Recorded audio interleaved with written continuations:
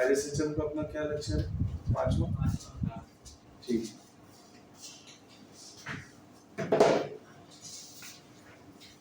This is the 5th lecture of SHM और इसमें मैंने देखिए शुरुआत क्या किया, रिड्यूस्ड मास सिस्टम शुरू किया बेटा। और रिड्यूस्ड मास सिस्टम का कॉन्सेप्ट क्या होता है जरा ये समझिएगा। दो ब्लॉक्स होते हैं M1 और M2, एक स्प्रिंग से कनेक्ट कर दिया और हमसे पूछा है what is the time period, मतलब क्वेश्चन इज दिस कि फाइंड द टाइम पीरियड। आपको क्या निकालना है? Time period of this SHM. ठीक है, तो टाइम पीरियड के लिए मैंने कहा कि यहाँ पे हम लोग इस मास को रिड्यूस्ड मास में कन्वर्ट करते हैं जिसका फॉर्मूला होता है 1/म्यू। रिड्यूस्ड मास इज म्यू, तो फॉर्मूला होता है 1/म्यू is equal to 1/m1 plus 1/m2। Finally mu की वैल्यू जाती है m1m2 divide by m1 plus m2। और टाइम पीरियड जैसे जनरल होता था ना स्प्रिंग वाले केस में 2 pi under root of m by k, तो यहाँ पे क्या हो जाएगा? Time period is 2 pi under root of mu upon k। I hope इसके नीचे का नहीं आएगा, है ना? ये यहाँ तक ऐसे ठीक है ना? के लिखे आधा के यार आधा के लिखे। कोई बात नहीं, थोड़ा सा ऊपर तक चल जाएगा, इतना ठीक है चलेगा। तो this is 2 pi under root of mu by k। This is the time period of simple harmonic motion. ठीक है, अब आपसे किसी ने पूछा, मान लीजिए इसी केस में पूछा what is the amplitude of SHM for m1 या what is the amplitude of SHM for m2। भाई ये भी एक एसएचएम कर रहा होगा, ये भी एक एसएचएम कर रहा होगा, दोनों सेम फ्रीक्वेंसी से कर रहे होंगे, वो यहाँ से पता लगेगा। भाई 2 पाई अपॉन ओमेगा होता है, तो दोनों की फ्रीक्वेंसी ऑफ ऑसिलेशन सेम होगा, बट दोनों के मासेस अलग हैं, तो दोनों का जो ऑसिलेशन का एम्पलीट्यूड है वो डिफरेंट होगा। यहाँ पे आपको एक काम करना होगा। देखिए जब ये आपने केस किया, आपने क्या काम किया, दोनों ब्लॉक को ऐसे कंप्रेस करके छोड़ दिया। अब एक ज्यादा और एक कम, ऐसे दोनों हाथों को ध्यान दीजिएगा। एक बड़ा, ये वाला हाथ देखेगा बड़ा ऑसिलेशन फॉलो कर रहा है और इधर वाला हाथ देखिए छोटा ऑसिलेशन फॉलो कर रहा है, समझ रहे हैं ना? तो किसका एम्पलीट्यूड कितना होगा ये आपको निकालना है। तो let the total shifting be x1 and x2, मतलब मैंने इसका माना कि ये x1 शिफ्ट हुआ, मैंने इसका माना ये x2 शिफ्ट हुआ। भाई इसको आपने कंप्रेस किया। सेंटर ऑफ मास के बारे में मैं आपको अगर ये बात बोल दूं, मान लो यहाँ पे CM है सपोज, तो जब मैं इसको बाहर से कंप्रेस करूंगा, मुझे एक बात बताना है, जब मैंने इसको कंप्रेस किया और छोड़ दिया, सेंटर ऑफ मास पे कितना फोर्स लग रहा होगा?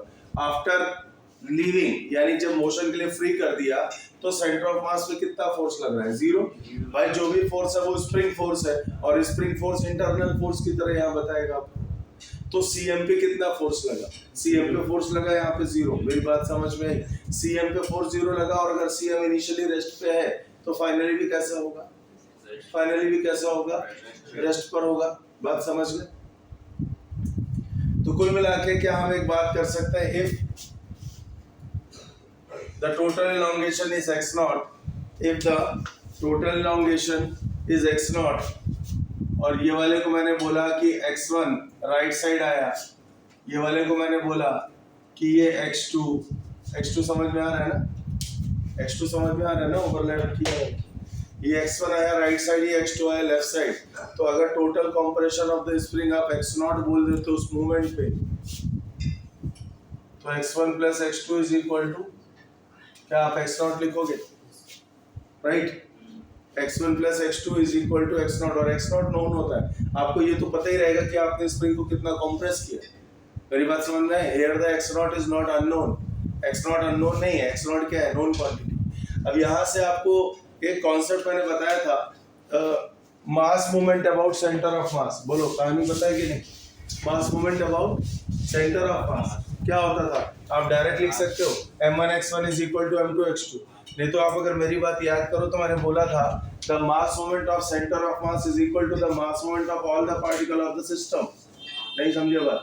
मैंने बोला मास मूवमेंट ऑफ सिस्टम, ऐसे बोला, और यार पूरा लिखने में टाइम लगेगा काफी, तो मैं बोल के ही आपको बताई दे रहा हूँ कि the mass movement of centre of mass, centre of मास का जो भी मास मूवमेंट होता है वो बाकी पार्टिकल के मास मूवमेंट के वेक्टर समेशन के बराबर होता है। अभी मेरी बात समझ में आई आपको? तो देखिए मैं ऐसे लिख सकता हूं, अभी वेक्टर समेशन बोला मैंने, तो मैं बोलूंगा मास मोमेंट ऑफ CM, या लिखना ही पड़ेगा मास बताना किधर तक आ रहा है। ये लाइन आ रही है, और आगे ये और आगे अरे ये आज तो ऐसा लग रहा है ज्यादा होता है क्या? नहीं वैसे होगा उतना ही, सब दिमाग का खेल है हम लोगों को।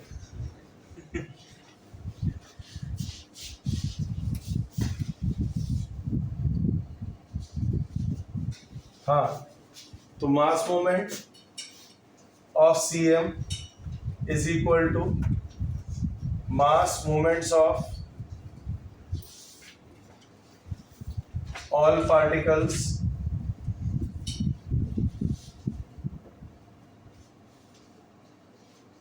of the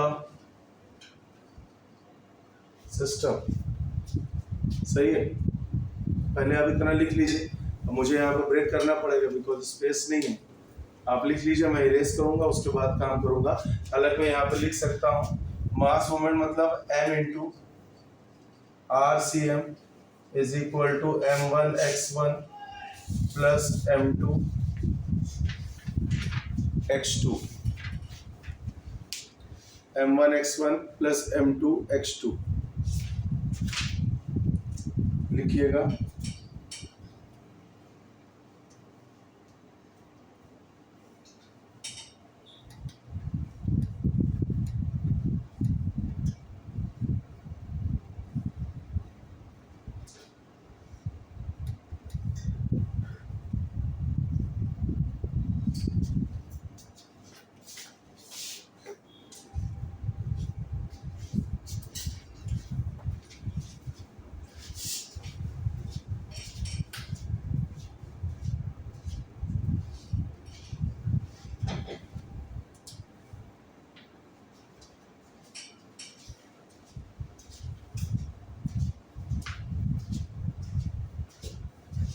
हो गया?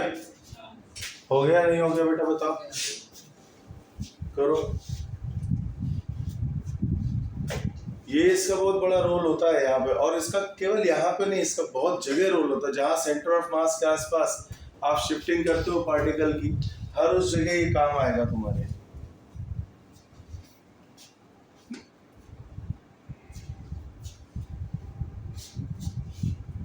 हो गया बेटा, जल्दी बताओ।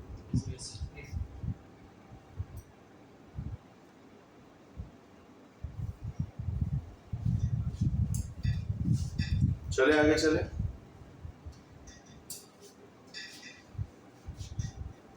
अब देखिए ये वाला हिस्सा अभी मैं इरेज कर रहा हूं, क्यों? मैंने बोला मास मोमेंट का वेक्टर समेशन उठाना है, तो ध्यान दीजिएगा जरा। क्या सेंटर ऑफ मास शिफ्ट हुआ?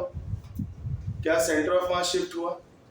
तो सेंटर ऑफ मास शिफ्ट नहीं हुआ, ठीक है। क्या सेंटर ऑफ मास शिफ्ट हुआ? नहीं। तो सेंटर ऑफ मास की शिफ्टिंग जीरो, तो इसका मास मोमेंट क्या लिखोगे? जीरो लिखोगे। m1 x1 राइट साइड है, प्लस में लिखोगे, बोलो भाई। m2 x2 लेफ्ट साइड है, माइनस लगाओगे।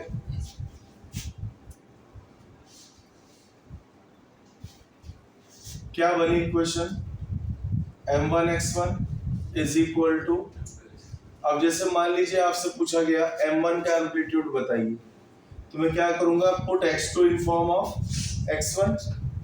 तो जैसे x1 को ही टारगेट बना लेते हैं, तो मैं लिखूंगा x2 is equal to m1 by m2 times x1 कर सकता हूँ।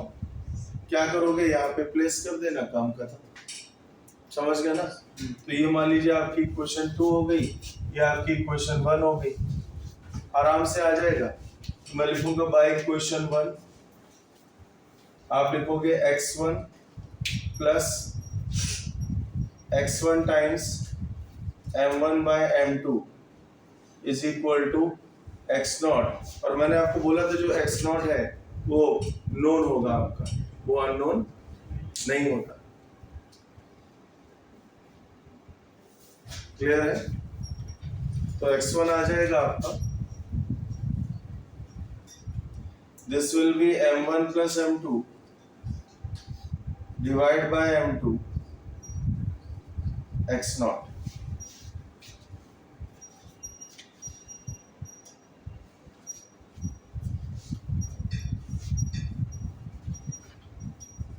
ठीक, m1 plus m2 divide by m2, m1 plus m2 divide by m2 is equal to x0। ये किसकी वैल्यू आ रही है?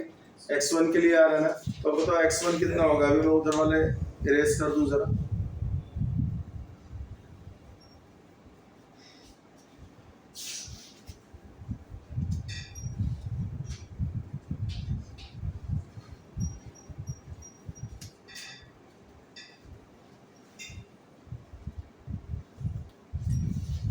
देखिए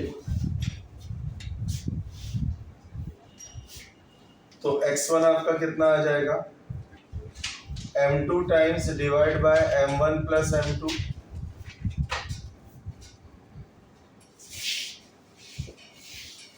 टाइम्स x0। अच्छा, सिमिलरली अगर मैं x2 लिखता तो क्या लिखता?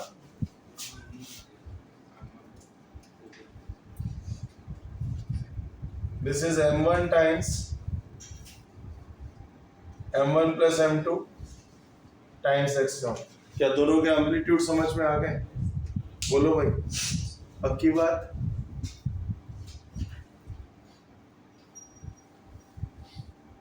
क्लियर है? कोई दिक्कत?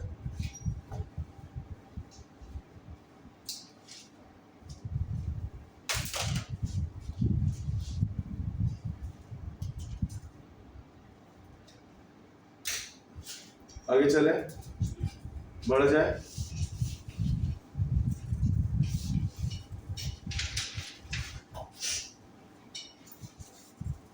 कोई बात ऐसी जो ना समझ में आई हो?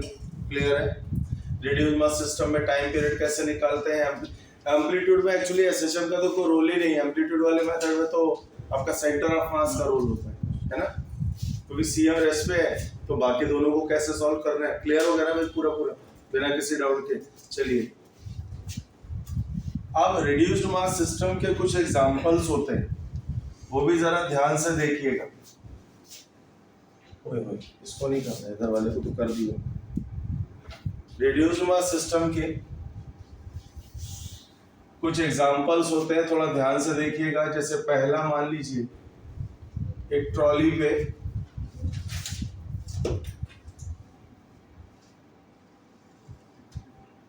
सब बड़े रेगुलर टाइप के सवाल होते हैं।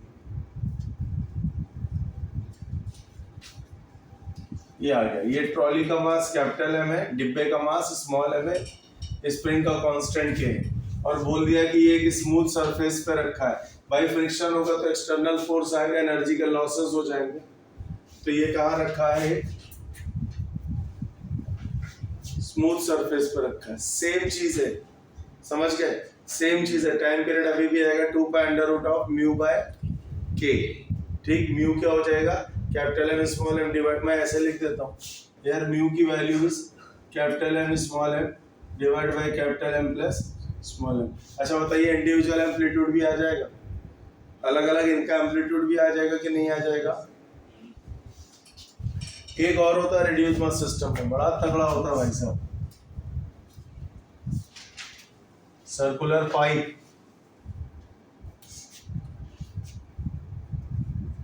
पूरा गोला आया,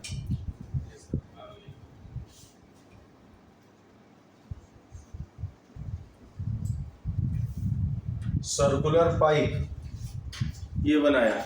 ठीक है भाई जी, बहुत डरावनी फिगर होती है लेकिन बहुत आसान होता है, सच बता रहा हूं।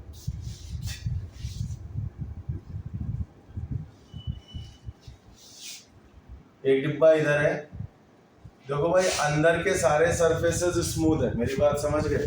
कहीं कोई फ्रिक्शन नहीं है, बस ये पाइप फिक्स है। ठीक,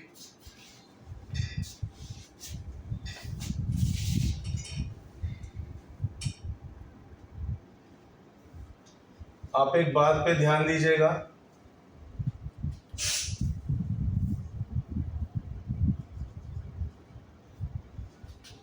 दोनों ब्लॉक्स की एंगुलर पोजीशंस अलग अलग है। देख रहे हैं, एक थोड़ा ऊपर एक नीचे।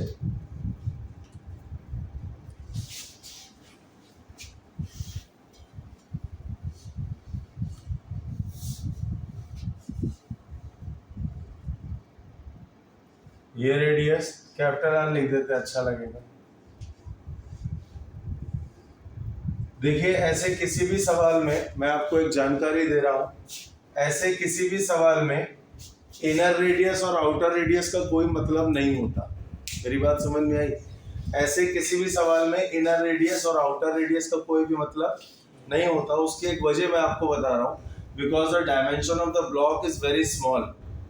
आप यूं कह लीजिए ये पॉइंट मासेस की तरह कंपेयर किए जाते हैं, ये पॉइंट मासेस की तरह कंसीडर किए जाते हैं। समझ गए मेरी बात? साइज बहुत छोटा मान के चलते हैं, इसलिए पाइप के रेडियस से आपको कोई भी लेना देना नहीं होता। ठीक है? इवन काइनेमेटिक्स वगैरह में भी या फोर्स एनालिसिस में भी जो आप ब्लॉक देखते हो, चाहे 2 kg का 5 kg का whatever, these all are point masses. वो सारे कैसे होते हैं? पॉइंट मासेस होते हैं, उसका साइज नहीं होता। समझ गए? क्लियर है बात? आप क्या सर आपने बताया 2 kg 5 kg मास, पॉइंट मास, पॉइंट ही लेते हैं, डायमेंशनलेस मानते हैं बेटा। ठीक है? अब यहां लगी 2 स्प्रिंग,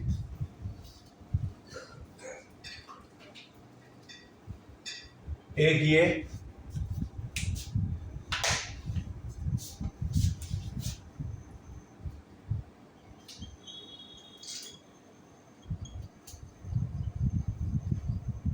एक ये।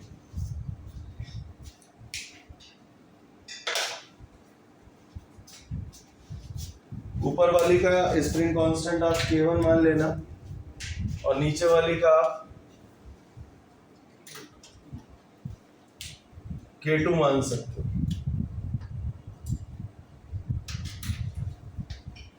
ऊपर वाली का स्प्रिंग कांस्टेंट है K1, नीचे वाले का है K2।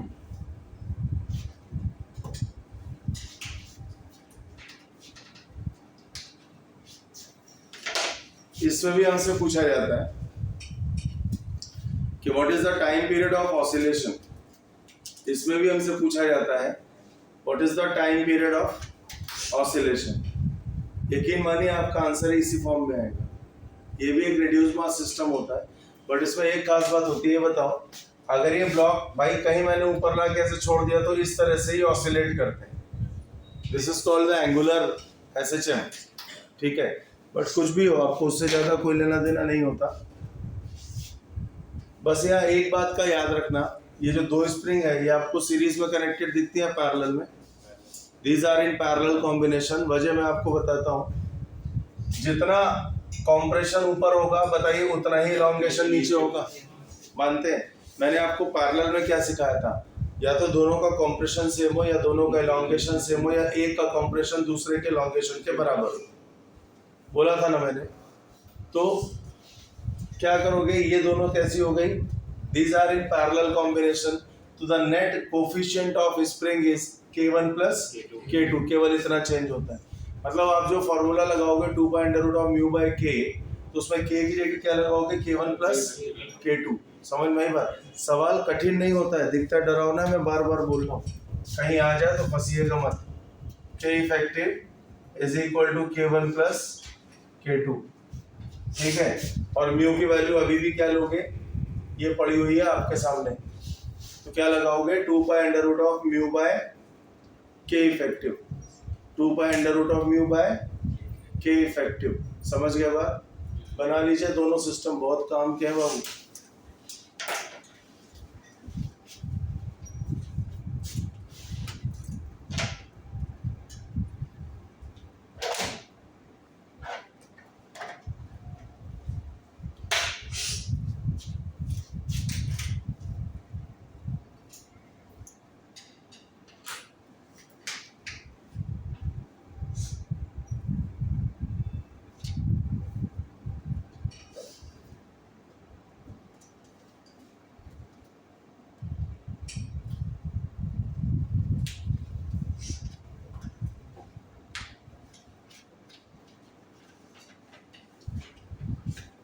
हो गया इतना?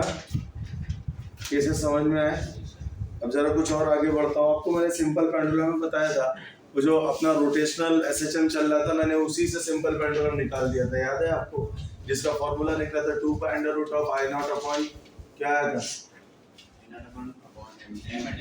MGD 2 pi under root of I not upon mgd, याद है? मैंने उसी को पॉइंट मास में कन्वर्ट करके सिंपल पेंडुलम निकाला था। अभी दो एक बातें और देख लो, मेरे दिमाग में आई है तो मैं बता दे रहा हूँ। हालांकि आप ना भी बताता और एग्जाम में आता तो आप, जहां तक मैं जानता हूँ आपको, आप कर सकते थे, बट फिर भी यार मेरा एक सोच ये रहता है कहीं कुछ रह ना जाए बस। तो कहीं कुछ रह ना जाए वाली सोच की वजह से आपको बताने जा रहा हूँ। स्यूडो फोर्स सबको पता है, स्यूडो फोर्स के बारे में सब जानते हो ना? क्या होता है बताना।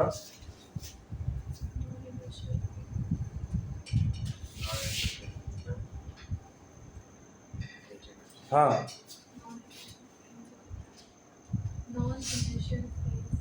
हाँ, उसकी कैरेक्टरिस्टिक आ रही तुम्हें, आवाज आ रही तुम्हारी? हाँ भाई, नॉन इनर्शियल रेफरेंस फ्रेम से नजर आता है, ठीक है? देखो कैसे तुम लोग एक दूसरे से इस पार हो, तो मैं बताता हूँ। ये स्वातिक बगल में बैठती थी, स्वातिक पैर ऐसे ऐसे नहीं, ऐसे ऐसे हिलते रहते थे लगातार, ठीक है? ये भी पैर हिलाने लगी, इसके हो गया। तुम इसके बगल में बैठती थी, ठीक है? तुम्हें पहले आवाज खोल के आती थी, अभी क्या हुआ? फुस फुस फुस फुस फुस फुस फुस जैसे बोलती वैसे तुम भी हो रही। भाई अच्छे गुण आप लीजिए, नहीं कहते सदगुण लीजिए, दुर्गुण मत लीजिए। सदगुण लीजिए एक दूसरे के, पढ़ाई वाले गुण लोग के। देखो आकृति कितना पढ़ती है, देखो, ठीक है? तो ये गुण लीजिए आप। निषाद कितना पढ़ती है, ये गुण लीजिए, बट दुर्गुण मत लीजिए। मैंने आपको सिंपल पेंडुलम कुछ इस तरह से दिखाया था, मतलब एक्चुअली तो ऐसा मैंने बनाया ही नहीं था तुम्हारे सामने, सब कुछ ऐसे ही निकाल के रख दिया था। ये एल था, ये एल था। आप मेरे को बताओ इसका टाइम पीरियड क्या निकाला था? 2 pi under root of L by g. छोटी सी बात करेंगे, बहुत बड़ी बात नहीं है, कि अगर मैं इस पेंडुलम को एक एलिवेटर के अंदर ले जाता हूँ, आप समझ गए यार क्या होने वाला है? बोलो क्या समझे हो? और फिर ये एलिवेटर मान लीजिए किसी एक एक्सीलरेशन से ऊपर जाता है। स्यूडो फोर्स में एम का एक एक्स्ट्रा फोर्स आएगा नीचे, मतलब स्यूडो फोर्स में करो, सॉरी, इस बॉब में एक स्यूडो फोर्स आएगा डाउनवर्ड, एम है ना? आएगा कि नहीं आएगा? तो जी की जगह क्या लगा दोगे भाई? केवल जी इफेक्टिव, यानी तुम्हारा फॉर्म हो जाता है 2 pi under root of L upon g plus a. इसी पैटर्न पे अगर हमारा एलिवेटर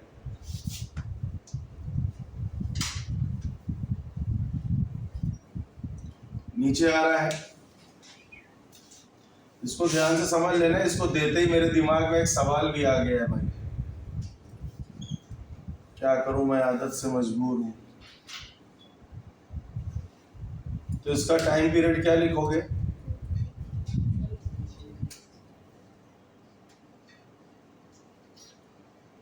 बेसिक क्या निकल के आया, रिजल्ट क्या निकल के आया? इन दोनों का आप टाइम पीरियड लिखोगे 2 pi under root of L upon g effective. बोलो।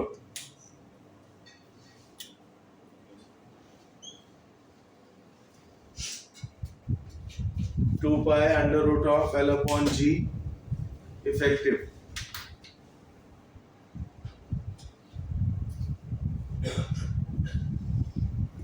Two pi under root of L upon g effective.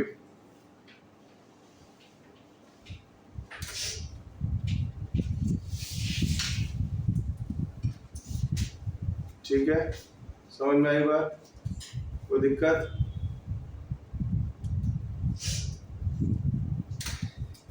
एक कहानी सुनिएगा। एक मूवी की शूटिंग हो रही थी एक जगह, तो क्या हुआ कि आपने लिख लिया,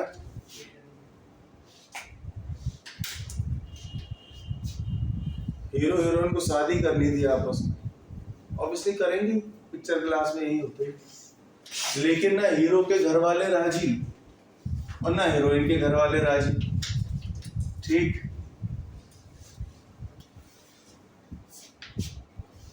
तो क्या हुआ, हीरो एक फिजिक्स का टीचर था, मैं नहीं था, लेकिन मेरी हो चुकी है ऑलरेडी। तो हीरो अपनी कार से हीरोइन को लेके भाग रहा था। कार को आप ऐसे मान लीजिए, ठीक? फॉर्ड है गाड़ी, क्या जी? फॉर्ड कंपनी का।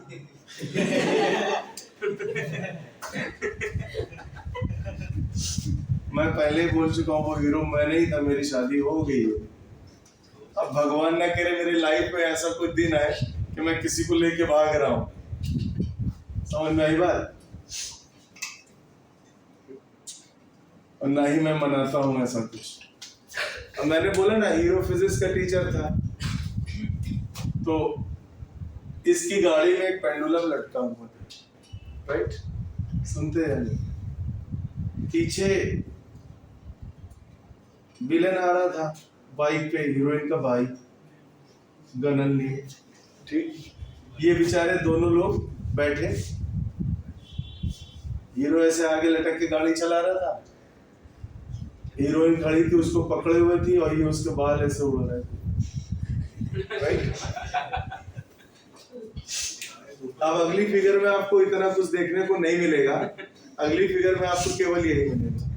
हीरो ने कहा हीरोइन से, देखो शादी हो जाएगी तो ये साला बन जाएगा, मारूंगा तो मैं इसको हूं नहीं, ठीक है? एक काम करते हैं, हम ही लोग भागते हैं, और आगे भागते भागते उनको एक स्लोप मिला थीटा एंगल पे, ठीक? थीटा एंगल पे स्लोप मिला। हीरोइन डर गई, हीरोइन का डरो नहीं, मैं तुम्हारे साथ हूं, बार बार। तो ये गाड़ी ऐसे इसने ऊपर चढ़ाना शुरू कर दिया, ठीक है? गाड़ी ऊपर चढ़ाना शुरू कर दिया भाई, कहानी शुरू हो गई। अच्छा ये बताओ, मान लो हीरो की जगह आप होते, एक बात कह रहा हूं, बट आप अकेले हो, कोई है नहीं साथ, और आपको कोई मारने के लिए दौड़ आ रहा है, तो आप कांस्टेंट वेलोसिटी भागोगे या एक्सेलरेशन से भागोगे? अगर आप किसी गाड़ी में हो नहीं, ठोकना मना, बताओ एक्सेलेरेटर ज्यादा से ज्यादा दबाओगे? पहला केस सुनिए भाई, बोला ना हीरो फिजिक्स का टीचर है। पहला केस सुनिएगा, जब इसकी कार किसी एक एक्सेलरेशन से जा रही थी और ये हॉरिजॉन्टल था, मतलब इसका जो मोशन था वो हॉरिजॉन्टल था, यानी यहाँ वाला। अब देखो हीरो कितना उस्ताद था, कितना तेज था, एक्सेलरेशन से अपनी गाड़ी भगा भी रहा है और इस पेंडुलम को ऑब्जर्व भी कर रहा है। एक अच्छे टीचर की यही निशानी होती है। तो उसने देखा, जिंदगी की सारी पर्सनल टेंशन के बीच उसने देखा कि जो बॉब है ये तो किसी थीटा एंगल पे आकर रुक गई। मतलब जब ये कार में बैठा था तो कार रेस्ट पे थी, ऑब्वियसली एक्सीलरेशन भी जीरो ही होगा। उस वक्त ये बॉब वर्टिकल थी। जैसे ही ए से भगाने लगा उसने देखा अरे बॉब तो थीटा एंगल पे आकर रुक गई, अब क्या होगा? इतना कलाकार था, नीचे उतर के आया चलती गाड़ी से, रोज कहिए तुम संभालो थोड़ी देर, नीचे उतर के आया, इसका एसएचएम भी करवा दिया इसने, ऐसे टूक से मार के, और वो एसएचएम जो चल रहा था वो ऐसे चल रहा था, केवल इतने बस ऐसे डुक डुक डुक डुक, नीचे आई नहीं रही थी गाड़ी, मतलब नीचे बॉब आई नहीं रही। तुरंत उसने अकल भिड़ाई, अब हीरोइन गाड़ी चला रही, कोई दिक्कत नहीं, हीरो नीचे बैठा हुआ है, पढ़ रहा है, ठीक? क्या देखा अभी? देखो हीरो को क्यों भेजा नीचे, बहुत अकल का काम किया मैंने। पिक्चर की स्क्रिप्ट लिखने में बहुत तेज हूँ, जहाँ फिजिक्स घुसी हो खास तौर से। अबे हीरो नीचे आया तो कह सकते हो ना कि हमारा हीरो एक नॉन इनर्शियल रेफरेंस फ्रेम पे है, कह सकते हो। और अगर हीरो हमारा नॉन इनर्शियल रेफरेंस फ्रेम पे है तो हमारे हीरो महाराज को इस mg के अलावा क्या है कि ma का स्यूडो फोर्स नजर आएगा अगर m इस बॉब का मास बोल दूं तो? बोलो भाई। तुरंत हमारे हीरो ने अकल भिड़ाई। अभी हीरो यहाँ बैठा है, देख रहा है सब। तुरंत हमारे हीरो ने अकल भिड़ाई, कि जो रिजल्टेंट फोर्स होगा वो ये होगा, राइट। जो जी इफेक्टिव होगा वो होगा under root of g square plus a square, होगा या नहीं होगा? तो फिर उसने एसएचएम का टाइम पीरियड क्या डाला, T is equal to 2 pi under root of m upon अरे L अपॉन जी इफेक्टिव। फिर हीरो के दिमाग में दूसरी बात आई, थीटा कैसे सॉल्व होगा? भाई ये मीन पोजीशन थी, ये रुका हुआ था। अच्छा एक बात बताइए, जो थीटा यहाँ पे, जो थीटा यहाँ पे, क्या वही थीटा यहाँ पे? अरे होगा या नहीं होगा? बोलो भाई। तो tan थीटा क्या आप ma अपॉन mg लिख सकते हो? tan थीटा क्या आप ma अपॉन mg लिख सकते हो? अब हीरोइन ऊपर से चिल्ला रही है, अरे नास पीटे कहाँ चलेगा नीचे। लेकिन हीरो बेचारा पढ़ने में मस्त है। अब हीरोइन क्यों चिल्ला रही थी बताओ?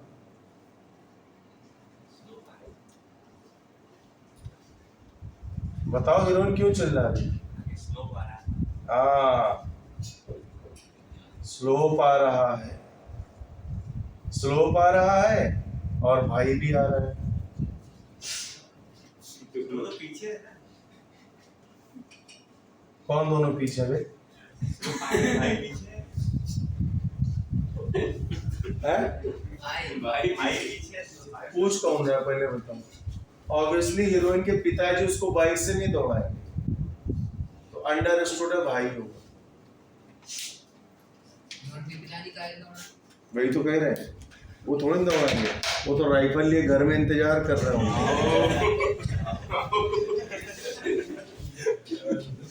पहला केस समझ में आया? ठीक है, आओ बात करते हैं दूसरे केस की। हाँ लिख लो भाई, लिखना है भाई, खाली पिक्चर है तुरंत समझ नहीं है।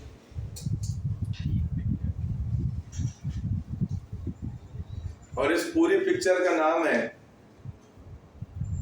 हीरो और हीरोइन की कथा, या अब केवल भागता हीरो लिखेंगे तो सही नहीं। Real story of physics. हाँ सही है, रिटन बाय विशाल सर, जिससे दुनिया समझ जाए अपनी घटना बता रहे हैं।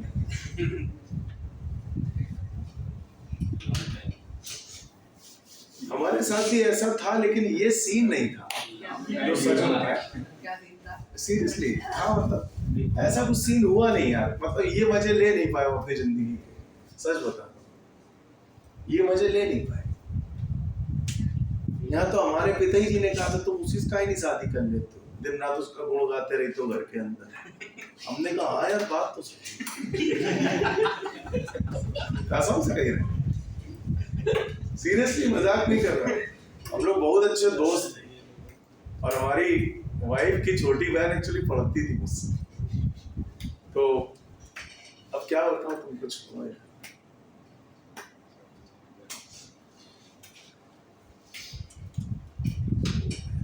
अब मैं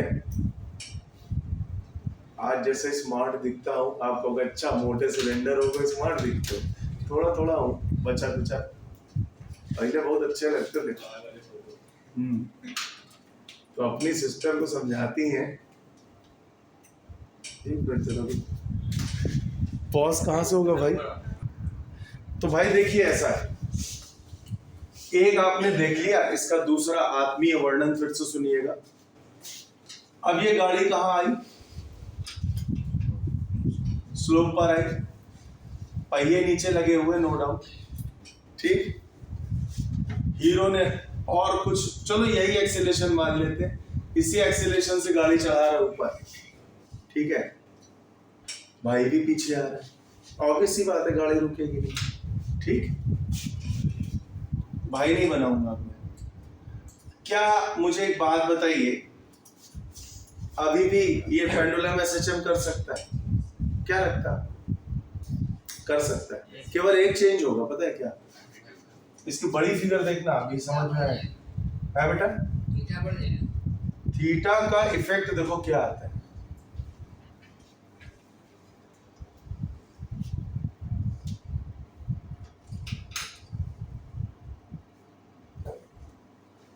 ध्यान देना, ये थोड़ा सा बहुत टेढ़ा केस हो गया, ये पता है, स्लोप वाला।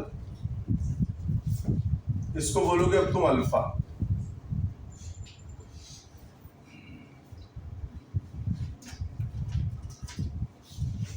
अब देखिएगा ध्यान, अगर एक एक्सेलरेशन इस बॉडी में है तो देखो एक तो लगेगा ma, लगेगा कि नहीं लगेगा? एक और लगेगा mg sin theta along the plane downward force, है ना? एक यहाँ पे क्या लगेगा? हालांकि इससे कुछ खास लेना देना नहीं, ये टेंशन।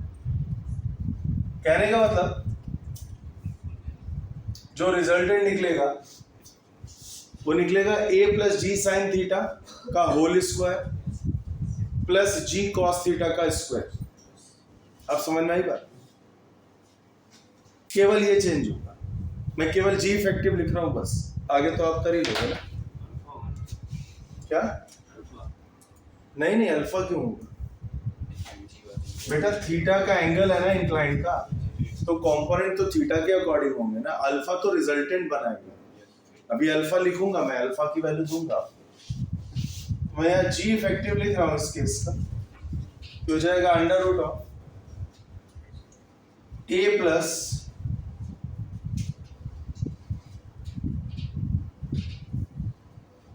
जी साइन थीटा का होल स्क्वायर, यानी ये दोनों मैंने कर दिए, और प्लस जी कॉस थीटा का होल स्क्वायर। क्या बात आई समझ में? बोलो भाई। अब बारी आती है tan अल्फा। देखो tan अल्फा जब निकालोगे तो क्या लिखोगे? परपेंडिकुलर अपॉन बेस बनाओगे, और ये वाला एंगल अल्फा होगा, डायरेक्ट लिख दो एक बार में। tan alpha is equal to a plus g sine theta, a plus g sine theta divide bye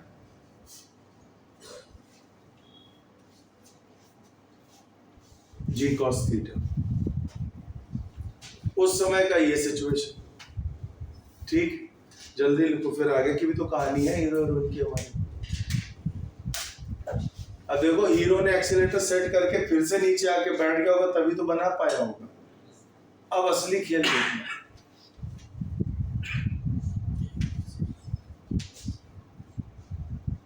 हो गया? क्लियर है?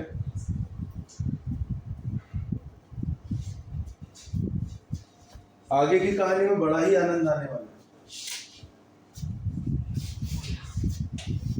हो गया?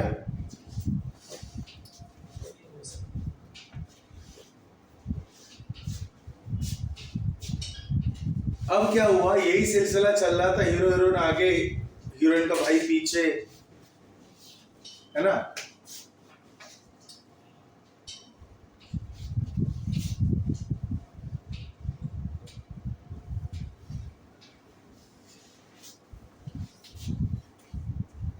अब हीरो ने, जब ये लोग यहाँ पे बैठे थे, हीरोइन पकड़ के खड़ी थी पीछे बाहर, ठीक? अब हीरो ने हीरोइन से पूछा, जैसे हर पिक्चर में बेचारा हीरो पूछता मरने के पहले, तुम मुझ पे कितना भरोसा करते हो? हीरोइन ने कहा अपनी जान से ज्यादा। क्या हम लोग अगले जन्म में साथ रहेंगे? हीरोइन ने कहा हाँ मिलेंगे। ठीक? हीरो ने और तेज एक्सीलेटर दबाया और ये गाड़ी इस पहाड़ी से नीचे आई। ठीक है? अब आगे क्या था? पानी था, खाई था, कोई लेना देना नहीं। लेकिन भाई साहब हीरो बहुत सच्चा टीचर था, कसम से बता। जब ये गाड़ी नीचे गिर रही थी, यानी ऐसे मान लीजिए कहीं हवा में थी, सीधी बना देता हूं,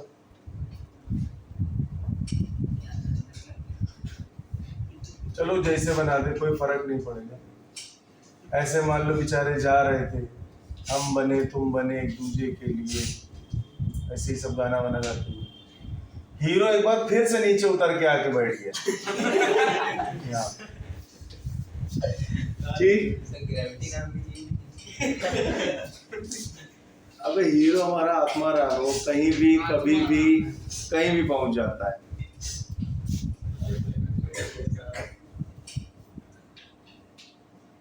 अब पहली बात, आपसे मेरे दो प्रश्न हैं।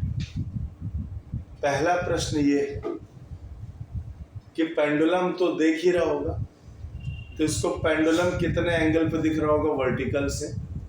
एक बात सुनते जाना ध्यान से।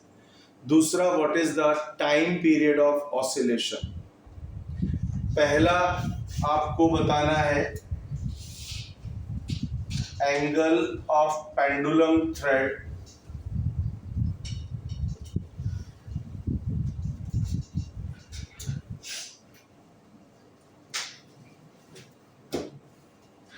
From vertical, right? और दूसरा आपको बताना है टाइम पीरियड ऑफ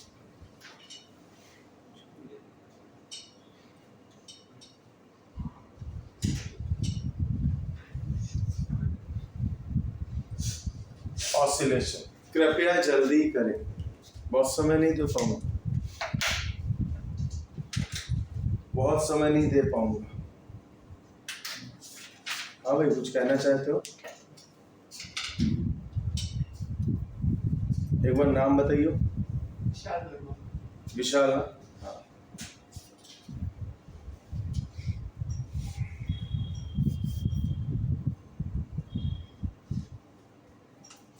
आयुष महाराज से किसी की बात हुई जिनके बारे में कल मैंने जिक्र किया? नहीं, मिलते नहीं हो क्या आपस में कहीं? तुम अबे तुम लोगों से क्या पुराने वाले 1 2 3 और 4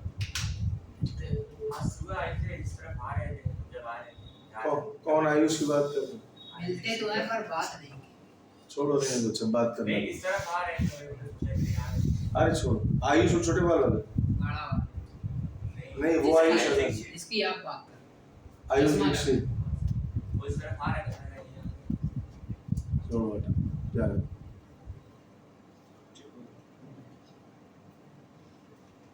मतलब हमको लाइफ में पहली बार ऐसा कमेंट मिला। नहीं, वो सैलेंसर कर रहे थे, उनका जो पीछे वाला टॉपिक है उधर से पढ़ रहे हैं, तो थोड़ा बाकी है, इसलिए उनसे पढ़ भी था।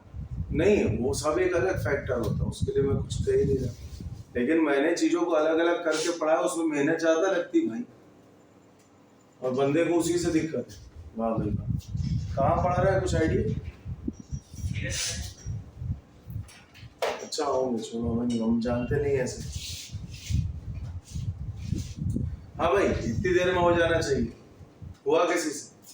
नहीं। दोनों आंसर समझिएगा, बिना कैलकुलेशन के आएंगे। Angle of the pendulum thread from the vertical is 0 degree, मतलब जो पेंडुलम होगा वो वर्टिकली सस्पेंडेड होगा। पहली बात, अगर गाड़ी ऐसे है तो ये, और अगर गाड़ी ऐसे बनी है तो पेंडुलम सीधा। समझ गए बात को? दूसरा, the time period of oscillation is infinite. अब कहोगे इनफाइनाइट का क्या मतलब हुआ? अरे इनफाइनाइट का मतलब हुआ जो तुम्हारा जी इफेक्टिव होगा हो जाएगा 0, क्योंकि एक्चुअली ये फ्री फॉल का केस हो जाएगा। फ्री फॉल का केस मतलब जी से सिस्टम पूरा नीचे आएगा ना, तो टेंशन इन द थ्रेड कितना हो जाएगा? 0। और जब टेंशन इन द थ्रेड 0 हो जाएगा तो क्या सिंपल हार्मोनिक मोशन होगा। ये जिस पोजीशन पे ऐसे ही लटका रहेगा इनफाइनाइट तक, जब तक कार नीचे नहीं गिर जाती। आप मेरी बात समझ गए? That's why the time period is infinity, because the g effective is 0। समझ गए? ऐसा है ना, जब बॉडी एक एक्सेलरेशन से नीचे आती थी तो हमने जी इफेक्टिव की वैल्यू जी माइनस ए डाली थी, याद है? अभी जी से नीचे आ रही तो जी माइनस जी हो जाएगा ना। मैं ऐसा लिखता हूँ, एक्चुअली जी इफेक्टिव की वैल्यू मैंने आपको बताई थी जी माइनस ए। अब ए की वैल्यू क्या है? जी। भाई ए की वैल्यू क्या हो गई? जी। तो आप जी इफेक्टिव क्या लिखोगे बताओ? जी माइनस जी यानी कि 0, और 2 पाई अंडर रूट ऑफ, तो अभी हो गया 2 pi under root of L by g होता है formula. 2 2 pi under root of L by g formula होता है। तो जी जब 0 हो गया इफेक्टिव वाला, तो टाइम पीरियड कितना आ जाएगा? इनफाइनाइट। और इनफाइनाइट टाइम पीरियड का प्रैक्टिकली मतलब ये होता है कि बॉडी जहाँ है वहीं पड़ी रहेगी, मतलब एक्चुअली एसएचएम कर ही नहीं रही। ठीक है, इसका मतलब ये नहीं होता कि वो ऑसिलेशन कर रही है और इनफाइनाइट टाइम के बाद वापस आ रही है। एक्चुअली इनफाइनाइट का तो मतलब ही कुछ नहीं होता। तो बॉडी एक्चुअली एसएचएम करेगी नहीं, समझ गया बात? There will no SHM in this case.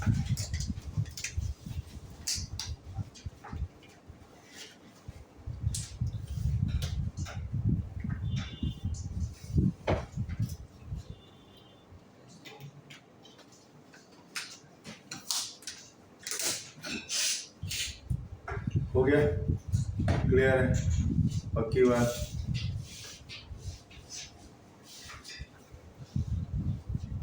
Flotation पढ़ा है सबने?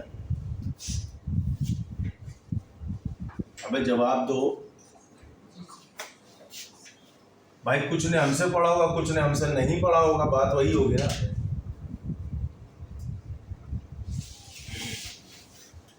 आर्किमिडीज प्रिंसिपल क्या कहता है बताओ जरा, देखिए किसको याद है?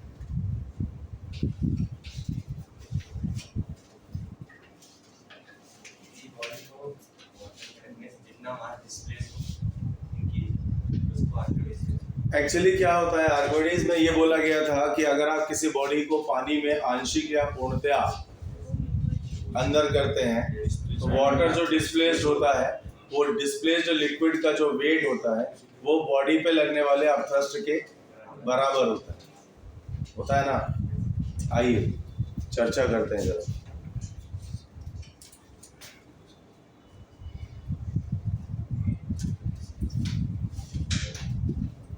एसएचएम इन फ्लूइड्स, ठीक है।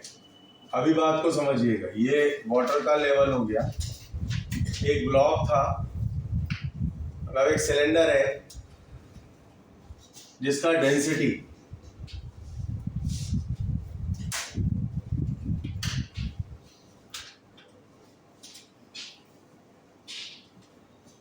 डेंसिटी ऑफ बॉडी में रो बी ले ले रहा हूँ, density of liquid is rho L ले ले रहा हूँ।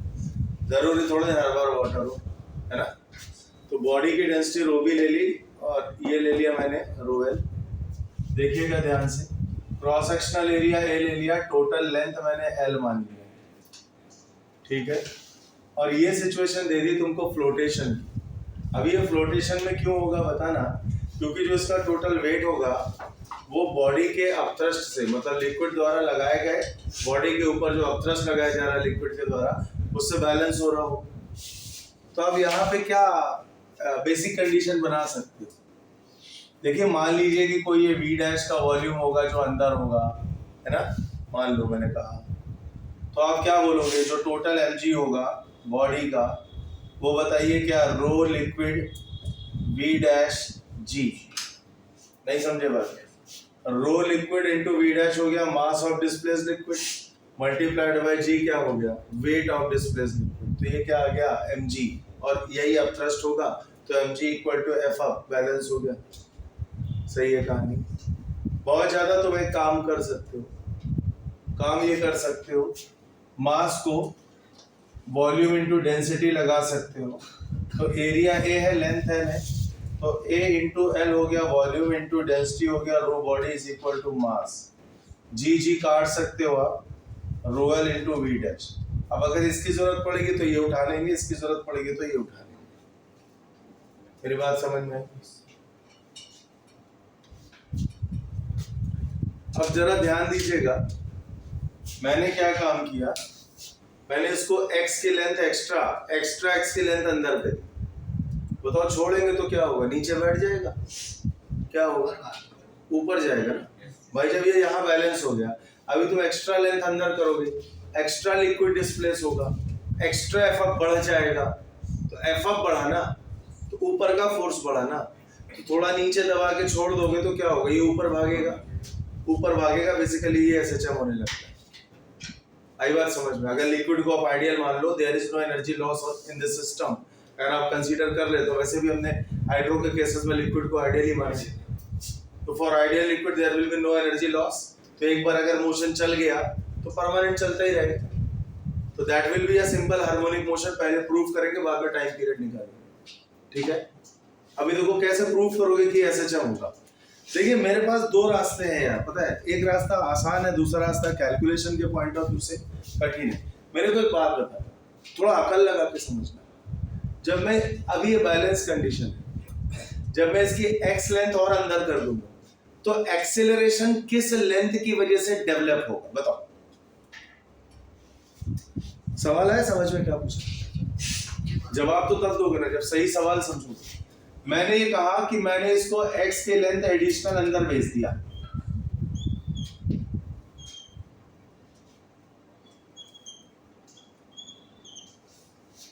ठीक है।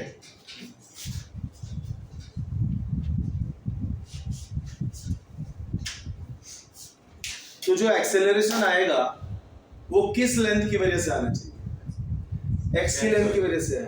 अगर आप x वापस ले लो तो यही छोड़ दोगे, पड़ा रहेगा। नीचे करा, एक्सेलरेशन डेवलप हुआ तभी तो ऊपर भागेगा, किस लेंथ की वजह से आएगा? तो कारण कौन है? x है ना, केवल इसी को डालो ना, क्या दिक्कत है? अब इसमें लोग क्या करते हैं, फिर लगाएंगे mg downward total volume insert की तरह लगा देंगे भाई v dash plus x into a, बहुत दुनिया भर के नाटक होते हैं, लेकिन सब कट जाता है आखिरी में। करके दिखाऊं, एक सेकंड देखना। आप जब x वाली लेंथ को अंदर कर दोगे, आप पता है क्या लिखोगे? आप लिखोगे ऊपर का फोर्स एफ अप लिखोगे, तो एफ अप के नाम पे क्या लिखोगे? x इंटू ए इंटू रो लिक्विड इंटू जी। सुनो, x से हो गया वॉल्यूम ऑफ ये वाला, अरे हुआ, इंटू ये हो गया वॉल्यूम, मतलब वॉल्यूम इंटू ये हो गया mass of displaced liquid extra वाला, multiplied by g weight of extra liquid हो गया डिस्प्लेस वाला, प्लस ये तो था ही, अरे v डैश प्लस हो गया ना, तो ये तो था ही, क्या लिखोगे? Rho liquid v dash into g, होगा या नहीं होगा? अच्छा, ये दोनों अपवर्ड फोर्स हो गए, डाउनवर्ड फोर्स के नाम पे mg है, इज इक्वल टू ma लिखोगे। अगर इस सिचुएशन में आपने एक एक्सेलरेशन मान ली, अब देखो लिखा हुआ है mg is equal to rho L v dash g, लिखा है, क्या करोगे? काटोगे ना। तो मैं कहता हूं जब काटना ही है तो लिखते क्यों? यही तो एक्स्ट्रा फोर्स दिख रहा था। अब आई मेरी बात समझ में, अब तो क्या लिख दिया, मैं उसको रेज नहीं करूंगा, आप आइंदा से कर लेना। केवल वो कॉस ढूंढो जहां से एक्सेलरेशन बना, बस, पूरा लिखने की जरूरत नहीं है, सब कट जाता है इधर, ठीक है। ये समय बचाएगा तुम्हारा पेपर। आप फॉर्मूले कहां तक याद करोगे? आपको लगता है एसएचएम के कितने केस बन सकते हैं? आप सोच भी नहीं सकते। लेकिन हर बार केवल मोशन का कॉज देखिएगा, किस कॉज की वजह से एसएचएम कर रहा है, ना कि पूरी इक्वेशन लेके कूद पड़े। जितना ज्यादा लिखोगे उतना ज्यादा गलती होने के चांसेस रहेंगे, ये बात याद रखिएगा। जितना कम लिखोगे, जितना ज्यादा सोचोगे, उतना कम गलत करोगे। आई ना बात समझ में? तो भाई साहब, अभी क्या ए हमारा रिस्टोरिंग है, क्या आप इसको ऐसा लिख सकते हो? A rho L g by M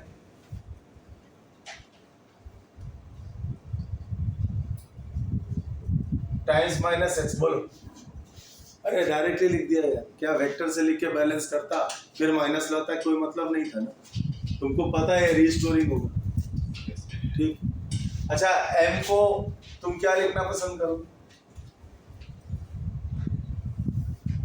A L और रो बॉडी। बोलो भाई, ए से काट सकते हैं ना?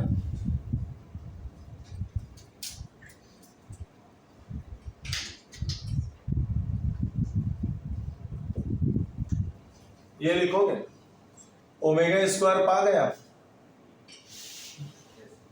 बोलिए।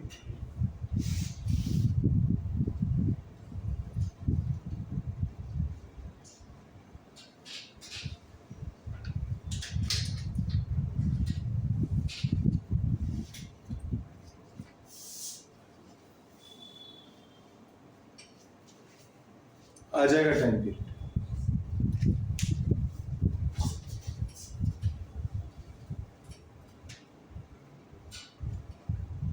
क्लियर है?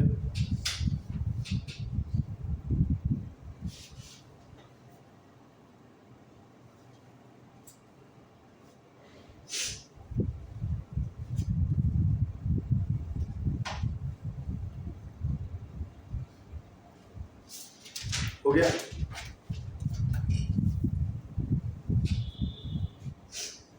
बोलो। और जब जिक्र चला है लिक्विड का, तो लिक्विड का एक केस और तुमको देता हूं।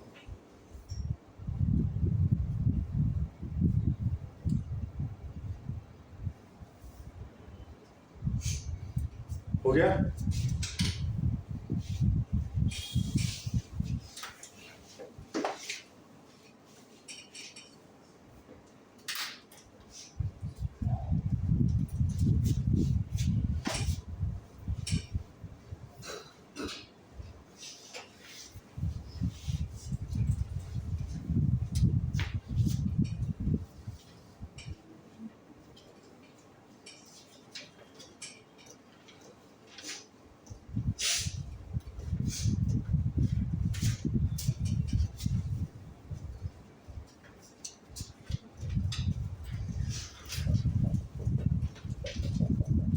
इतना बड़ा पानी बनाने की क्या जरूरत नहीं है, इधर रोक दो यार पानी।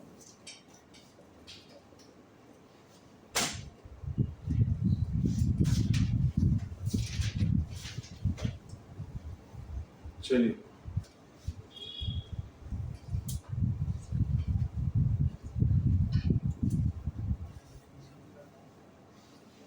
ये बैलेंस है, राइट? पानी में बैलेंस है, ऐसे हो जाएगा? नहीं, ऐसे कैसे बैलेंस हो जाएगा? तुम भी यार कमाल हो। ऐसे तो केवल स्प्रिंग मास सिस्टम काम करेगा।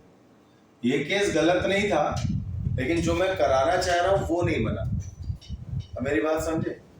जैसे ब्लॉक बैलेंस था, मैं नीचे करके छोड़ देता तो फॉर्मूला वही आता 2 √m/k। समझ गया? फायदा क्या हुआ ऐसा पानी और सब बनाने का?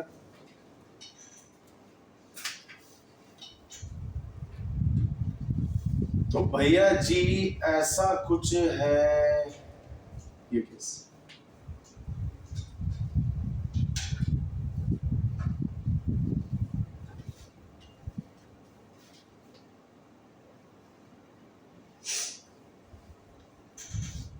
सही है, ये केस है। और इसमें मैंने बोला कि कोई V डैश वॉल्यूम इस बॉडी का अंदर है पानी के, और ये इक्विलिब्रियम पे है। आपको क्या लगता है इक्विलिब्रियम पे कौन कौन से फोर्सेस लग रहे होंगे इस बॉडी पे? क्या लगता है? एक तो स्प्रिंग का एलोंगेशन होगा, स्प्रिंग फोर्स ऊपर की तरफ, इस V डैश वॉल्यूम की वजह से लिक्विड का अपथ्रस्ट ऊपर होगा। बॉडी के मास को पूरा पूरा m मान लेगा, लिक्विड की डेंसिटी को रो मान लेगा, ठीक है?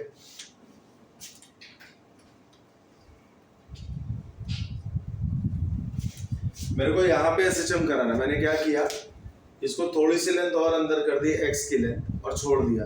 अब ये डुक डुक डुक डुक डुक डुक डुक डुक इस तरह से SHM करता रहेगा। तो मैंने यहाँ काम क्या किया, ध्यान देना, मैंने इसको इतना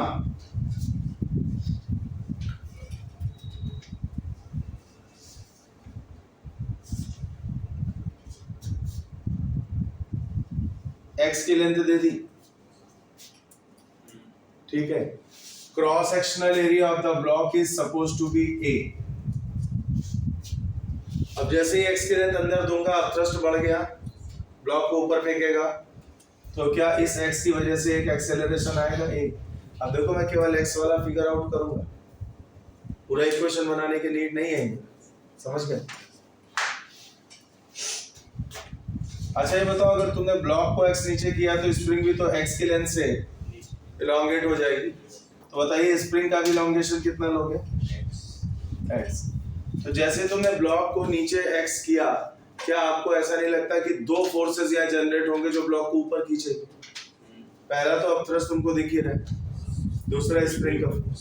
तो एक्सेलरेशन के कॉज कौन कौन हो गए? स्प्रिंग फोर्स kx और इतने वॉल्यूम की वजह से लगने वाला एक्स्ट्रा अपथ्रस्ट। बस देखो कितना आसान है ये केस, देख रहा हूँ। अगर यकीन मानिए, अगर मैं पूरी इक्वेशन लिखने लगूं तो मुझे कम से कम 2 से 3 बार समझाना पड़ेगा आपको इसमें।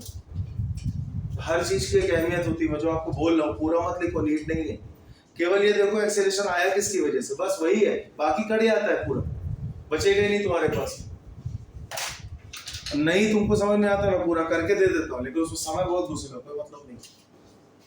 तो देखिए आपके पास में आप kx ऊपर की तरफ आया, ऐसा आया कि नहीं आया, प्लस एक एक्स्ट्रा अपथ्रस्ट आया ऊपर की तरफ, एक्स्ट्रा अपथ्रस्ट में एक्स्ट्रा वॉल्यूम कितना हो गया x इंटू ए का, एक्स्ट्रा अपथ्रस्ट के लिए एक्स्ट्रा वॉल्यूम कितना हो गया x इंटू ए का volume multiplied by density of liquid भाई वेट ऑफ डिस्प्लेस्ड लिक्विड होता है ना, तो बॉडी के एक्स्ट्रा जितना वॉल्यूम आया उतना ही तो लिक्विड का भी वॉल्यूम डिस्प्लेस हुआ।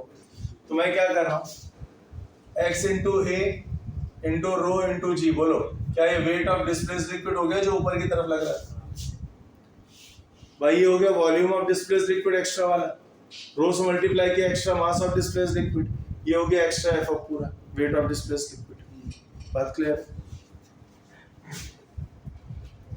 Is equal to m into a, is equal to m into a. क्या करोगे भाई, तो ये माइनस साइन के साथ मैं देखो पूरा काम एक बार में कर रहा हूं, k plus a rho g divide by m times x, बोलिए अरे होगा या नहीं होगा, बोलो भाई होगा ना, कोई दिक्कत है बेटा? ये समझ गए, ओमेगा स्क्वायर यानी ओमेगा कितना आया अंडर रूट ऑफ, देखिए एक बार अगर आपको ओमेगा पता चल जाएगा तो टाइम पीरियड लिखने में आपको कोई हेडेक नहीं आएगी।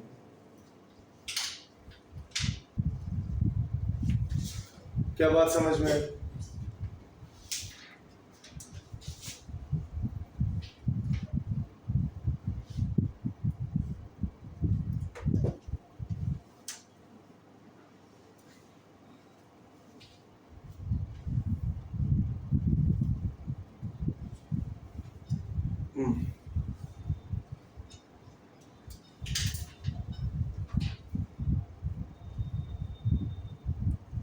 हो गया? एक केस और समझाता हूँ, SHM इन ग्रेविटेशन, यहाँ भी होता है SHM, SHM इन इलेक्ट्रो, ये मैंने कराया था तुम लोगों को सवाल, SHM इन डाइपोल, डाइपोल तो कल ही कराया तुम लोग को, डाइपोल का SHM क्लास ही में करा दिया। बहुत जगह होता है, देखो कोई फाउंडेशन नहीं होती, जहां भी रिस्टोरिंग फोर्स आ सकता है वहां SHM होगा। फोकस केवल एक बात पे करिएगा आप जब एग्जाम में आता है, कोई अननोन, वैसे मैं आपको इतने तरीके दे रहा हूँ, कोई ना कोई तो फंसना चाहिए, बट मैं कहता हूँ फिर भी कोई अननोन टाइप का सवाल आ गया, नया टाइप का सवाल आ गया, केवल ये ढूंढना एक्सेलरेशन का कारण क्या है, बस कॉज ऑफ एक्सेलरेशन पकड़ लेना, इक्वेशन बना लेना, तुरंत सवाल हो जाएगा। बाकी जनता पता है क्या करेगी, एक्स नीचे लाएगी, यकीन मानो यही करते हैं लोग, एक्स नीचे लाएगी फिर से पूरा फोर्स इक्वेशन बनाएगी, और जितने ज्यादा टर्म्स लिखोगे उतना गलती होने के चांसेस रहता है। समझ गए भाई? पहले देखो लोग जनरल अप्रोच में आपको बताओ भाई ये करने में कितना समय लगेगा आपको एग्जाम में, अच्छा बताओ मान लो यही केस है, आपको एग्जाम में इतना लिखने में कितना समय लगेगा, कुछ सेकंड, 15 सेकंड से ज्यादा नहीं लगेगा, या चलो 20 सेकंड लग गए, इससे ज्यादा तो नहीं लोगे ना भाई। तुम्हें पता रहेगा एक्स्ट्रा वॉल्यूम अंदर आया तो ये हो गया एक्स्ट्रा वाला, स्प्रिंग भी एक्स्ट्रा बढ़ी तो ये स्प्रिंग वाला हो गया, इज इक्वल टू, हमें ये पता लग गया ओमेगा फट से आ जाएगा, और एक बार ओमेगा आ गया तो क्या टाइम पीरियड, ये भी नहीं लिखोगे, ऑप्शन रहेगा ना तुम्हारे सामने, एक बार ओमेगा आ गया तो क्या टाइम पीरियड पहचान नहीं पाओगे, बस ये देख लेना भैया उल्टा सीधा ऑप्शन होते हैं। पता लगा जल्दी में तुमने 2 pi under root of omega नीचे है ना, तो ये m ऊपर चला जाएगा, ये नीचे आएगा, एक ऑप्शन ऐसा भी हो सकता है जिसमें ये ऊपर हो ये नीचे, पता लगा जल्दी में उसको करके क्योंकि ओमेगा दिख रहा है। ये सब गलतियां मत करना, ऑप्शन मिलेगा तो बस यहीं तक तो करना है, अबे यहाँ तक भी नहीं करना, यहाँ तक करना है तुमको। ये भी क्यों लिखोगे जब तुम्हारे सामने ऑप्शन है, केवल यहाँ तक लिखना है, तो 20 सेकंड भी ज्यादा बोल रहा हूँ यार मैं। और बाकियों का अप्रोच बताता हूँ क्या होगा, पहले वो इसका इक्विलिब्रियम लिखेंगे, क्या इक्विलिब्रियम लिखेंगे पता है, mg डाउन नहीं, पहले लिखेंगे kx ऊपर की तरफ, kx नॉट ऊपर की तरफ, f ऊपर की तरफ इज इक्वल टू mg, एक इक्वेशन यहाँ खत्म हुई उनकी। फिर वो लिखेंगे जब x नीचे आ जाएगा तो लिखेंगे kx not plus x spring force ऊपर की तरफ, फिर लिखेंगे एफ अप के लिए करेंगे rho liquid V dash plus x a times g, ठीक है, ये एफ अप हो गया टोटल ऊपर की तरफ इज इक्वल टू हमें, फिर वो दोनों इक्वेशन मैच कराएंगे, फिर वो काटेंगे टर्म्स, तब जाके एक्सेलरेशन में वो यहाँ तक पहुंचेंगे, और यहाँ तक पहुंचने के लिए वो 3 इक्वेशन सॉल्व कर चुके होंगे, लग गया टाइम उनका एक्स्ट्रा कम से कम 2 मिनट, यहाँ तुम्हारी जीत होगी, इसलिए समझाता हूँ। अब समझ में आई बात, केवल वो कॉज ढूंढो जिसकी वजह से एक्सेलरेशन बना, बाकी कुछ मत करो, कोई जरूरत नहीं, सब पड़ जाता है, ठीक है।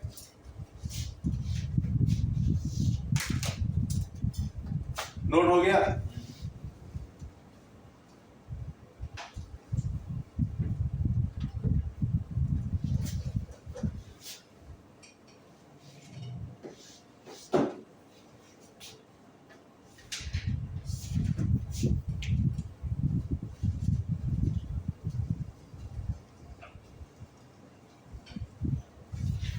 पूरे में तो गोला बना दिया, मैं लिखूंगा कहाँ?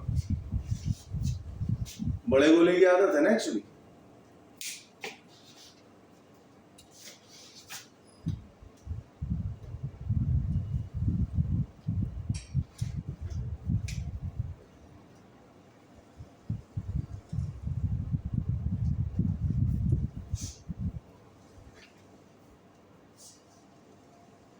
देखो टनल इतनी मोटी नहीं होती पहली बार, ठीक है, टनल होती पतली, अरे बना ही देता।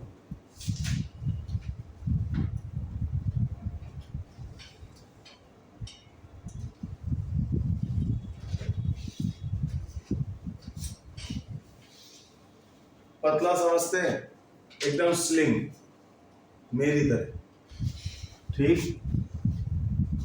तुम्हारा फैट बढ़ रहा है, थोड़ा ध्यान दो बेटा अपने ऊपर, समझे।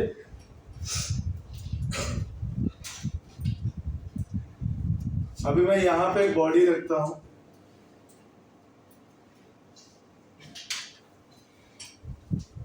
एक्स के डिस्टेंस पे, इस बॉडी का मास है m, कोई मुझे बताएगा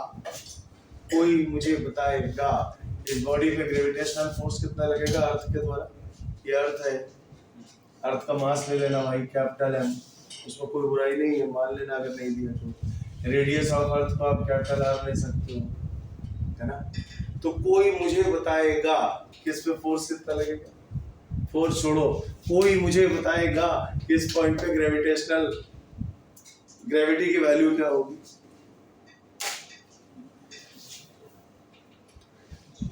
इसी तरह पता लगे, जैसे पूछ रहा कोई मुझे बताएगा, तुम भी सेम टर्म से कोई नहीं बताएगा, है भाई।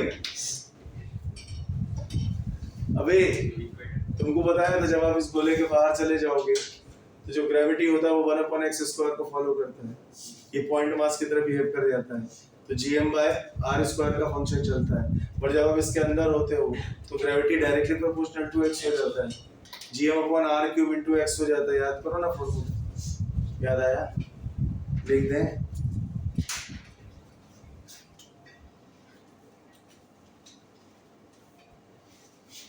तो जो g डैश होता है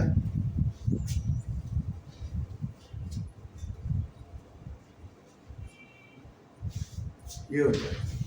अबे तुमको आंसर मिल गया ऐसे चेक का, बताए मास से मल्टीप्लाई करोगे, ड्राइविंग फोर्स आ जाएगा, बस हो गया कहानी। तो आप लिखोगे mg dash is equal to g capital M small m upon r³ into x। ओ भाई एक बात बता, ये g डैश का एक्सेलरेशन है ना, ध्यान दे, और ये x का अगर वेक्टर बनाओगे तो ऐसे ही तो लिखोगे, इतना लेफ्ट साइड लिखोगे कि नहीं, यहाँ माइनस होना चाहिए ना, टेक्निकली होना चाहिए, नहीं लगा दें, लगा दिया।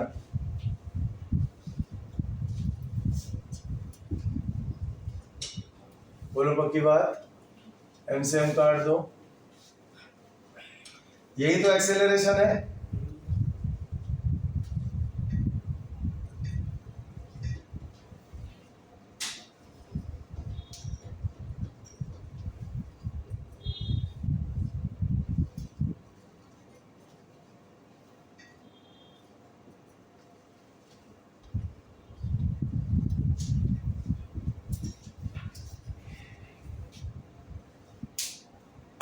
हो गया? फंसाए तुमको? फंसा दें? देखो फंसाया।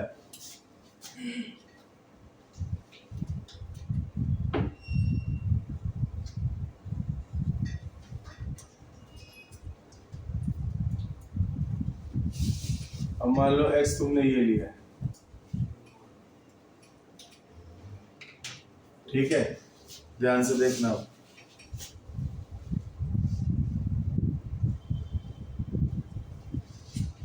जी डैश इधर लिखोगे, ये एंगल थीटा बोलोगे, देखते जाना। SHM तो अब यहाँ पे ऊपर इस वाले पॉइंट के अबाउट होगा ना, केवल एक कंपोनेंट आता है बस, और कुछ नहीं। क्या लिखोगे तुम? जी डैश का, अरे नीला पेन उठाना था, रंग भरी दुनिया है तो इसके जीवन में काला रंग नहीं लाऊंगा मैं।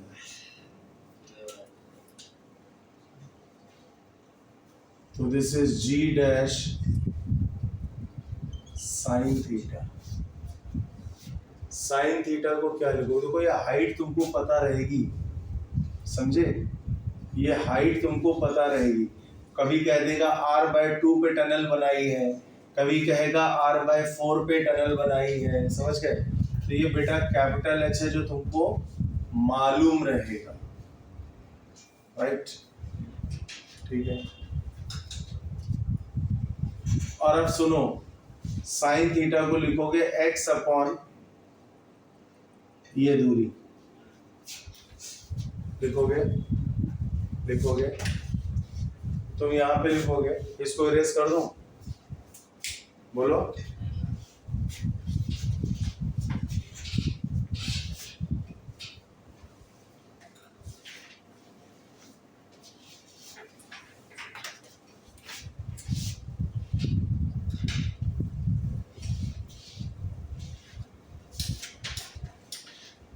जी डैश साइन थीटा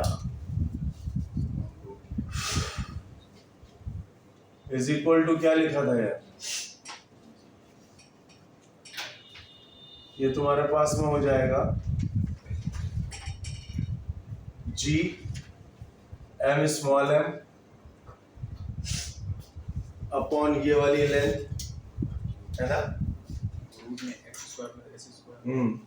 रूट में h square plus x square हो जाएगा।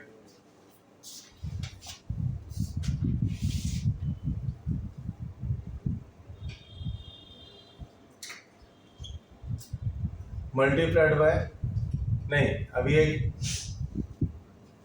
x और आएगा ना, अरे हाँ यार, पावर 3/2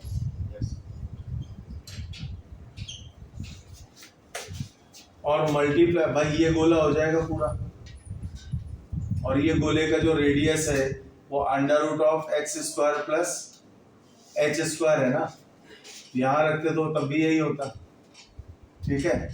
समझते जाना ध्यान से। तो इसी लेंथ के तो डायरेक्टली प्रोपोर्शनल होगा। नहीं समझे? मतलब यार मैं ये कह रहा हूँ, चलो एक काम करते, तुम ये x ही मान लो, ठीक है? अब ग्रेविटी की वैल्यू तुम यहाँ पे लगाओगे mg, तो ये तुमको मिल गया mg डैश। अब mg डैश का साइन कंपोनेंट लोगे ना, तो बेसिकली उसको सॉल्व कर रहा हूँ और कुछ नहीं कर रहा हूँ, ठीक? तो mg डैश का साइन कंपोनेंट जब तुम लगाओगे तो साइन कंपोनेंट क्या आ जाएगा? x अपॉन एक बार ये फिर से आएगा। नहीं समझे? बोलो।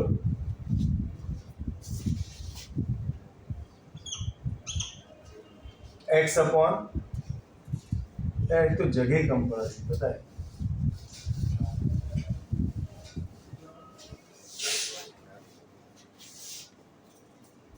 देखो पहले जी डैश लिखो, एक टर्म जी डैश ये मिल रहा है, राइट?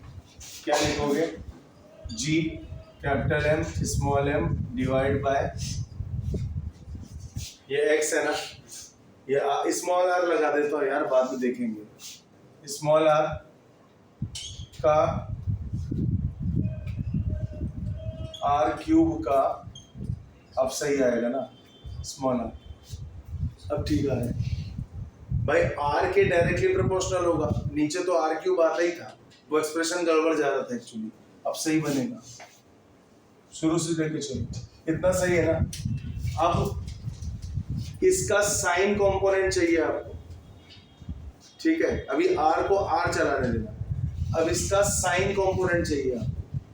तो अब तुमको चाहिए जी डैश का साइन थीटा, तो ये चला जाएगा g capital M small m upon r cube, capital M भी हटा दो क्योंकि एक्सेलरेशन लिख रहा हूं खाली, तो g M upon r cube into r, ये तो यही वाला हो गया, साइन थीटा और लगाओगे तो ये हो जाएगा x, ये दूरी होगा x upon under x upon r का, अरे यार ये r लिया है ना, तो x अपॉन आर हो जाएगा, परपेंडिकुलर अपॉन हाइपोटेनियस।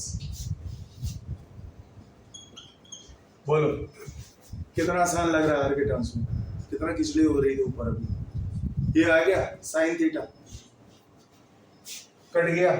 अच्छा बताओ, क्या जी साइन थीटा ही रीस्टोरिंग एक्सेलरेशन होगा, लिखा हुआ है इधर, बोलो क्या जी साइन थीटा ही हमारा रीस्टोरिंग एक्सेलरेशन होगा? कुछ समझ में आया तुमको, कुछ बदलाव लगा क्या? बोलो। अबे पुरानी वाली वैल्यू आई है, ध्यान तो दो।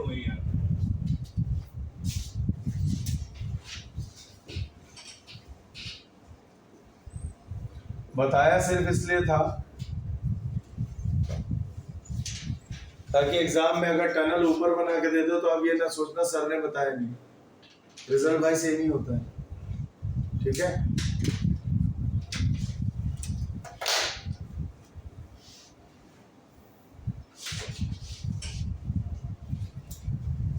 क्लियर है? चलो वहां से क्लास में यही तो रोक रहा हूँ, 10:30 से एक्चुअली फिर शुरू करना होता है, 10:10 होगा। कल तुम्हारी क्लास नहीं पढ़ा पा रहा हूँ मैं, मुझे जाना है कहीं सवेरे, ठीक है, क्योंकि 10:30 तक लौट के आने हैं, इसलिए मॉर्निंग वाली रोक रहे हैं, फिर मंथन रोकनी पड़ेगी मेरे, वो रोकूंगा नहीं। तो कल एसएचएम के लिए मत आइएगा, मंथन में जो लोग आते हैं वो लोग आएंगे।